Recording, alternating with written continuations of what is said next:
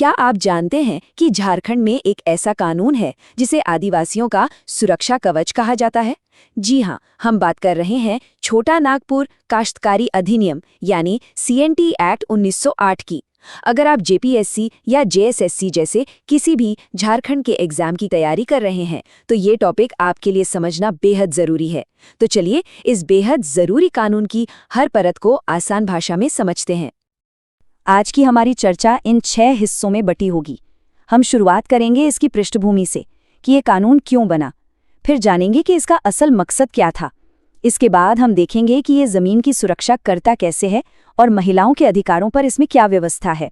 और हाँ, हम आज की दौर की चुनौतियों और सबसे ज़रूरी परीक्षा से जुड़े सवालों पर भी बात करेंगे। तो सबसे पहला सवाल, आखिर इस कानून की ज़रूरत पड़ी ही क्यों? देखिए, इसका जवाब इतिहास में छिपा है। उस दौर में जब आदिवासियों की पारंपरिक जिंदगी को पूरी तरह से तहस-नहस कर दिया गया था।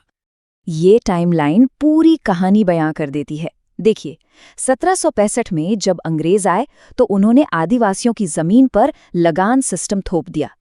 कई दशकों के शोषण के बाद 1894 में बिरसा मुंडा ने उलगुलान यानी एक महान विद्रोह की शुरुआत की। इसी विद्रोह की चिंगारी ने अंग्रेजों को हिलाकर रख दिया और उन्हें भूमि सर्वेक्षण करवाना पड़ा और आखिरकार 1908 में ये ऐतिहासिक कानून बनाना पड़ा। इसे समझने के लिए खुंटकट्टी सिस्टम को जानना बहुत जरूरी है। ये एक तरह की सामूहिक मिल्कियत थी, मतलब जिस परिवार ने जंगल साफ करके खेत बनाए, जमीन पर उसी का हक होता था। लेकिन अंग्रेजों ने जमींदारी व्यवस्था लाकर सब कुछ बदल दिया। इसने आदिवासियों को अपनी ही जमीन पर मालिक से भूमिहीन मजदूर बना दिया। और इसी शोषण के खिलाफ शुरू हुआ बिरसा मुंडा का उलगुलान। ये बाहरी लोगों, जिन्हें आदिवासी दिक्कू कहते थे, और अंग्रेजी हुकूमत के खिलाफ एक जबरदस्त विद्रोह था। ये सिर्फ एक लड़ाई नहीं थी, बल्कि अपनी जमीन और पहचान बचाने की एक ऐसी जंग थी जिसने अंग्रेजों को ये कानून बनाने पर मजबूर कर दिया। तो अब ये तो साफ है कि CNT एक्ट सीधे सीधे उलगुलान का नतीजा था। इसे आदिवासियों की जमीन छीनने से रोकने और बढ़ते गुस्से को शांत करने के लिए एक कानूनी समाधान के तौर पर बनाया गया था। अच्छा, एक दिलचस्प बात यह है कि इस जरूरी कानून का पूरा खाका यानी ब्लूप्रिंट एक missionary father John Baptist Hoffmann ने तैयार किया था।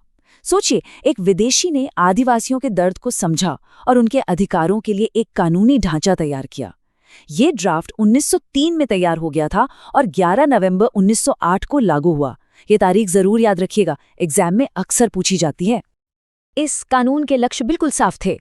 जमीन के झगड़े खत्म करो, विद्रोह को रोको, आदिवासियों को उनकी जमीन का मालिक बनाओ, सरकारी रिकॉर्ड तैयार करो और सबसे जरूरी उनके हक की रक्षा करो। कुल मिलाकर मकसद था छोटा नागपुर में शांति और स्थिरता लाना। ये कानून इतना ज्यादा महत्वपूर्ण है कि इसे आदिवासियों का मैग्ना कार्टा यानी उनके अधिकारों का महान चार्टर भी कहा जाता है। ये नाम ही इसके महत्व को बताने के लिए काफी है। एग्जाम के लिए ये एक बहुत ही जरूरी पॉइंट है। चलिए, अब इस कानून के दिल में उतरते हैं। समझते हैं कि वो कौन से नियम हैं जो आदिवासी जमीन के लिए एक ढाल का काम करते हैं और उसे बाहर जाने से रोकते हैं। अब आते हैं कानून के सबसे जरूरी हिस्से पर। इस टेबल को देखिए, ये सब कुछ साफ कर देती है। धारा 46 कहती है कि कोई ST, SC या OBC सदस्य अपनी जमीन सिर्फ अपने ही समुदाय के किसी व्यक्ति को बेच सकता है, वो भी डिप्टी कमिश्नर यानी DC की इजाजत से। वहीं धारा 49 कुछ खास मामलों में, जैसे उद्योग या स्कूल के लिए गैर आदिवासियों को जमीन देने की इजाजत देती है, लेकिन इसके लिए भी सरकार की मंजूरी जरूरी है। देखा, ये एक तरह का डबल लॉक सिस्टम है। और अगर किसी ने धोखे से जमीन हड़प ली तो यही काम आती है धारा 71A। ये एक तरह का रिटर्न टिकट है। अगर किसी आदिवासी की जमीन गलत तरीके से किसी और के नाम हो गई है तो इस धारा के तहत वो उसे वापस पाने के लिए केस कर सकता है। परीक्षा के लिहाज से ये धारा बहुत बहुत महत्वपूर्ण है। अब हम इस एक्ट के एक बहुत ही जटिल और संवेदनशील मुद्दे पर आते हैं, आदिवासी महिलाओं के जमीन में विरासत के अधिकार। सवाल सीधा है, क्या आदिवासी महिलाओं को पुरुषों के बराबर जमीन में विरासत का हक है? ये सवाल एक तरफ पुराने रीति रिवाजों और दूसरी तरफ संविधान के दिए बराबरी के हक के बीच एक बड़े टकराव को दिखाता है। इस पर सुप्रीम कोर्ट का एक बहुत ही ऐतिहासिक फैसला है, मधु किश्वर बनाम बिहार राज्य केस। कोर्ट ने एक बीच का रास्ता निकाला। उन्होंने कहा कि महिलाओं को जमीन पर पूरा मालिकाना हक तो नहीं मिलेगा, ताकि जमीन समुदाय से बाहर किसी गैर आदिवासी के पास ना चली जाए, लेकिन उन्हें उस जमीन से अपनी गुजर बसर करने का पूरा अधिकार होगा। इस अधिकार को कानूनी भाषा में उपभोगाधिकार यानी यूसुफ्रक्चरी राइट कहते हैं। इसका सीधा सा मतलब है कि महिला उस जमीन का इस्तेमाल कर सकती है, उस पर खेती कर सकती है, उससे होने वाली आमदनी रख सकती है, लेकिन उसे बेच नहीं सकती। ये अधिकार जिंदगी भर के लिए होता है, जब तक वो उस जमीन पर रहती हैं। चलिए अब बात करते हैं आज के दौर की। ये कानून जो 100 साल से भी ज्यादा पुराना है, आज के औद्योगिकरण और विकास के युग में किन चुनौतियों का सामना कर रहा है? आज के समय में ये कानून कई मोर्चों पर लड़ रहा है। पहला, सरकारें विकास के नाम पर इसमें बदलाव की कोशिश करती हैं, जैसा 2016 में हुआ था और जिसका बहुत विरोध हुआ था। दूसरा, माइनिंग और इंडस्ट्री का दबाव लगातार बना हुआ है। और तीसरा, इन सब के बावजूद जमीन पर अवैध कब्जा आज भी एक बहुत बड़ी हकीकत है। तो चलिए अब सीधा सीधा एग्जाम की पॉइंट ऑफ व्यू से बात करते हैं।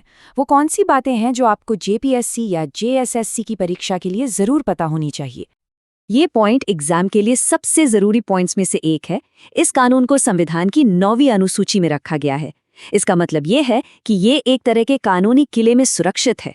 इसे कोर्ट में इस आधार पर आसानी से चुनौती नहीं दी जा सकती कि ये मौलिक अधिकारों का उल्लंघन करता है। आइए प्रीलिम्स के लिए इन फैक्ट्स को फटाफट दिमाग में बैठा लेते हैं। लागू होने की तारीख 11 नवंबर 1908। बनाया किसने? Father Hoffmann. वजह क्या थी? बिरसा मुंडा का उलगुलान। मूल काम क्या है? आदिवासी जमीन की सुरक्षा। जरूरी धाराएं 46, 49 और 71A। और इसका दूसरा नाम आदिवासियों का मैग्ना कार्टा। ये फैक्ट सीधे सीधे MCQs में पूछे जा सकते हैं। और अगर आप मेंस की तैयारी कर रहे हैं तो आपको थोड़ा गहराई से सोचना होगा। आपसे पूछा जा सकता है कि बिरसा आंदोलन ने इस कानून की नींव कैसे रखी, या फिर आज के इंडस्ट्रियल दौर में ये कानून कितना प्रासंगिक है। आपको विकास और आदिवासी अधिकारों के बीच एक संतुलन बनाते हुए अपना जवाब लिखना होगा। तो आखिर में सवाल यही बचता है कि क्या CNT एक्ट विकास में एक रुकावट है या झारखंड की आत्मा को बचाने वाला एक जरूरी कवच? इसका कोई आसान जवाब नहीं है। इस कानून का भविष्य इस बात पर निर्भर करेगा कि झारखंड विकास और अपनी विरासत के बीच का रास्ता कैसे चुनता है। इस पर सोचिएगा जरूर।